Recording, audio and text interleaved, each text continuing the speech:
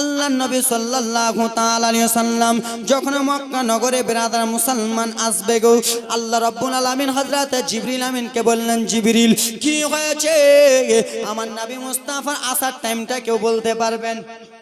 আল্লাহ রাব্বুল আলামিন হযরত জিবরিল আমিনকে বললেন, জিবরিল তুমি পৃথিবীর জমিনে যাও, তুমি দুনিয়ার নদী নালা মাছ গাছপালা পশু পাখি ইট পাথর যত যা দুনিয়াতে রয়েছে সব কিছুকে তুমি বলে দাও আজকে তোমাদের ছুটি থাকলো কেন? বলে বিশ্ব নবী হাবিবে কাউসানে দোজাহান নবী পৃথিবীর জমিনে আসবে বলে তোমাদেরকে খুশি মানাতে বলেছে।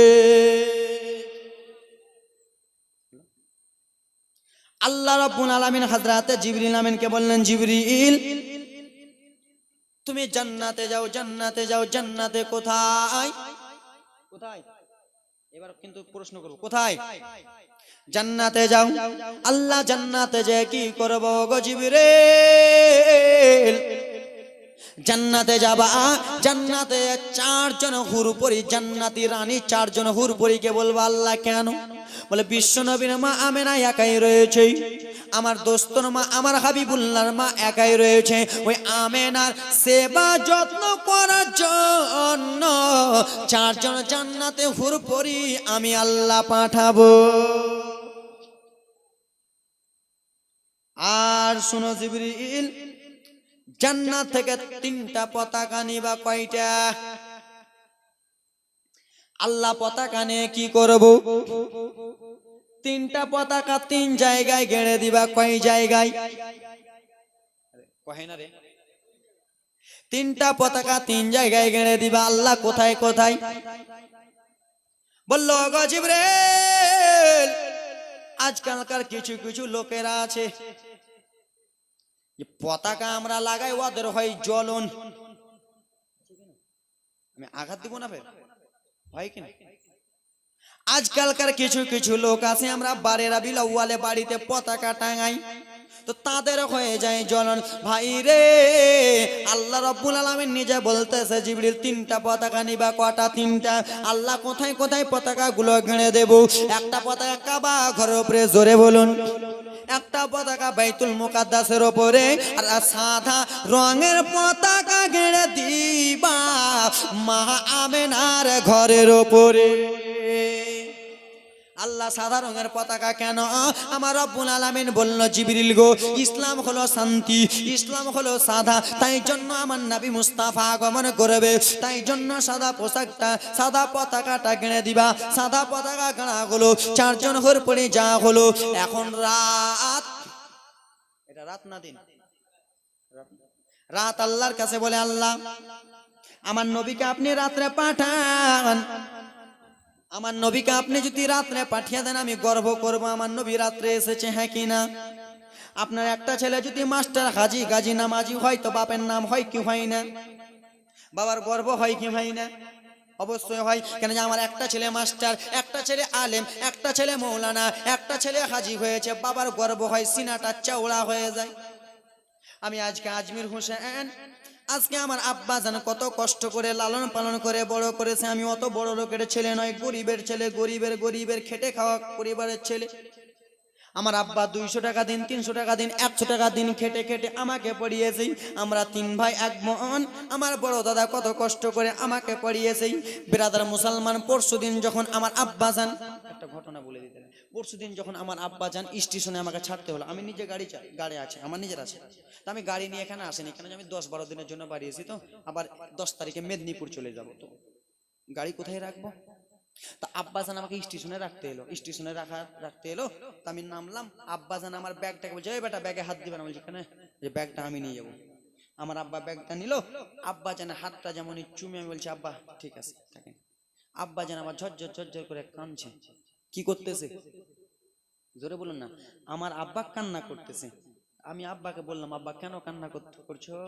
তো বলছে, বেটা আমরা অনেক গরিব ছিলাম বেটা, অনেক গরিব বেটা, পড়াশোনা কত কষ্ট করে তোমাকে পড়াশোনা করেছে জানো, না খেয়ে দিয়ে তোমাকে পড়িয়েছি বেটা। তুমি যখন টাকা পয়সা চাইতা, তো টাকা পয়সা না থাকলে বন্ধুর কাছ থেকে ধার করে এনে টাকা দিয়েছি, কিন্তু বলিনি যে টাকা নাই। আজকে গর্ব হচ্ছে বেটা, কোনো জায়গায় এদিক ওদিক যাচ্ছি তো সবাই বলছে এটা বক্তা আজমির হোসেনের বাবা, গর্ব হচ্ছে।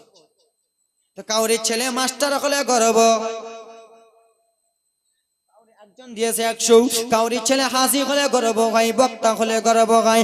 আল্লাহ রাব্বুল আলামিনের কাছে বলে, আল্লাহ গো আমার নবীকে আপনি রাতে পাঠান, আমার গর্ব হয়ে যাবে। দিন বলে, আল্লাহ আমার নবীকে আপনি দিনে পাঠিয়ে দেন। বলে, কেন রে দিন?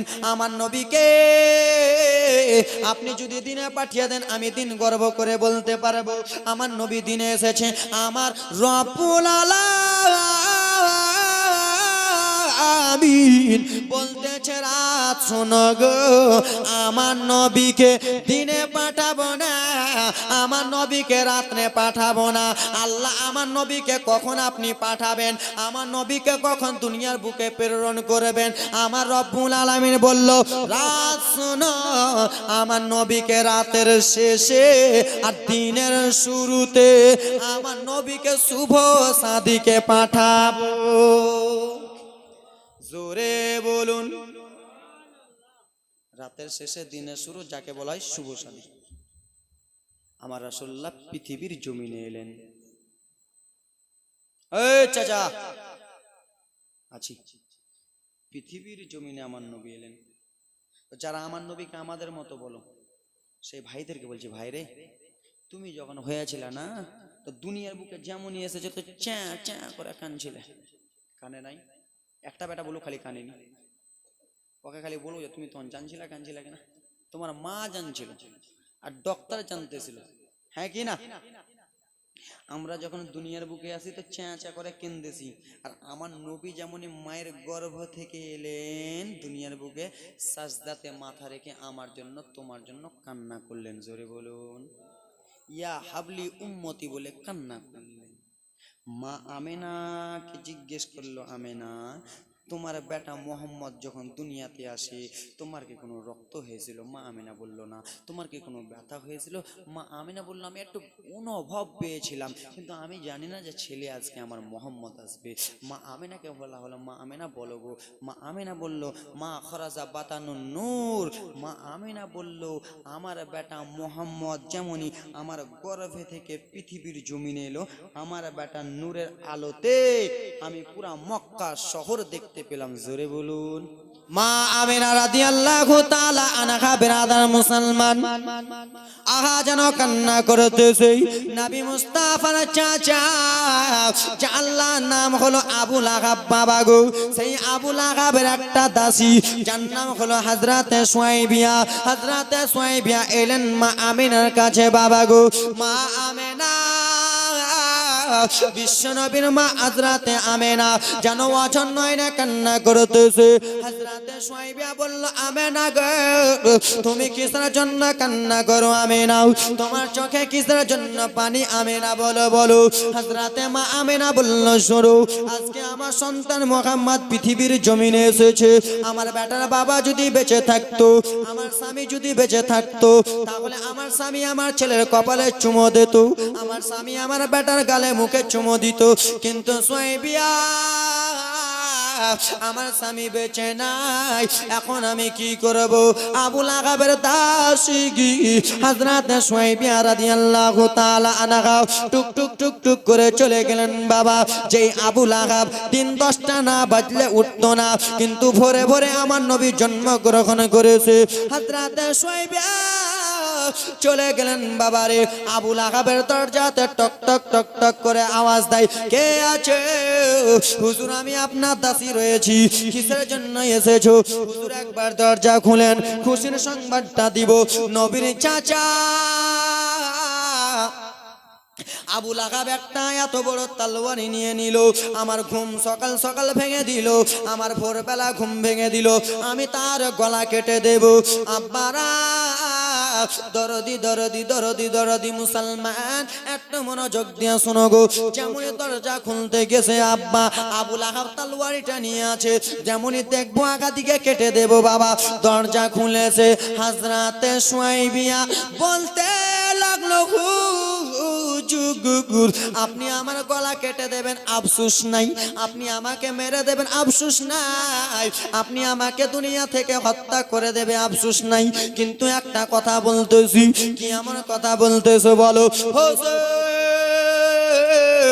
আপনার ছোট্ট ভাই যার নাম হলো আব্দুল্লাহ, সেই আব্দুল্লাহর স্ত্রীর নাম হলো আমেনা। সে আমেনার গর্ভে থেকে সন্তান দুনিয়াতে এসেছে, তাই জন্য আপনাকে জানাতে এসেছি। কিন্তু হুজুর শুনেন শুনেন গো হুজুর, চন্দ্রতে দাগ আছে কিন্তু বাচ্চার চাকরাতে দাগ নাই, চাঁদে দাগ আছে বাচ্চার চাকরায় দাগ নাই, দুধে দাগ হবে বাচ্চার চাকরার দাগ নাই। ও গো হুজুর, সাদা কাপড়ে দাগ রয়েছে বাচ্চার চাকরাতে দাগ নাই। এক কথায় দুধের চাইতে সাদা ফুটফুটা ছেলে জন্ম গ্রহণ করেছে।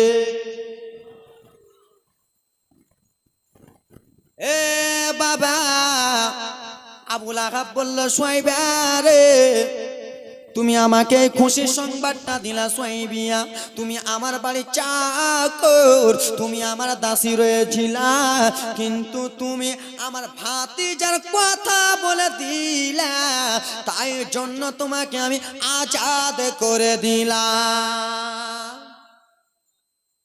বুঝতে পেরেছেন? তোকে ছেড়ে দিলাম, আর আমি তোকে দাসী রাখবো না, যা। হযরত সুয়াইবা গেলেন মা আমেনার কাছে। মা আমেনা 7 দিন দুধ পান করলেন, হযরত সুয়াইবা 8 দিন দুধ পান করলেন। হঠাৎ করে আল্লাহর কাবা ঘর আব্দুল মুত্তালিব দেখাশোনা করে কি করে না? আগে বলেছেন আল্লাহর কাবা ঘরে মুতওয়ালি হযরত আব্দুল। হঠাৎ করে বাবা ওই দিন ভোরবেলা তখনই আল্লাহর কাবা ঘর একদিকে ঝুঁকে গেছে, জোরে বলুন। আর ওরা বলে আমার নবী ইলমে গায়েব জানে না।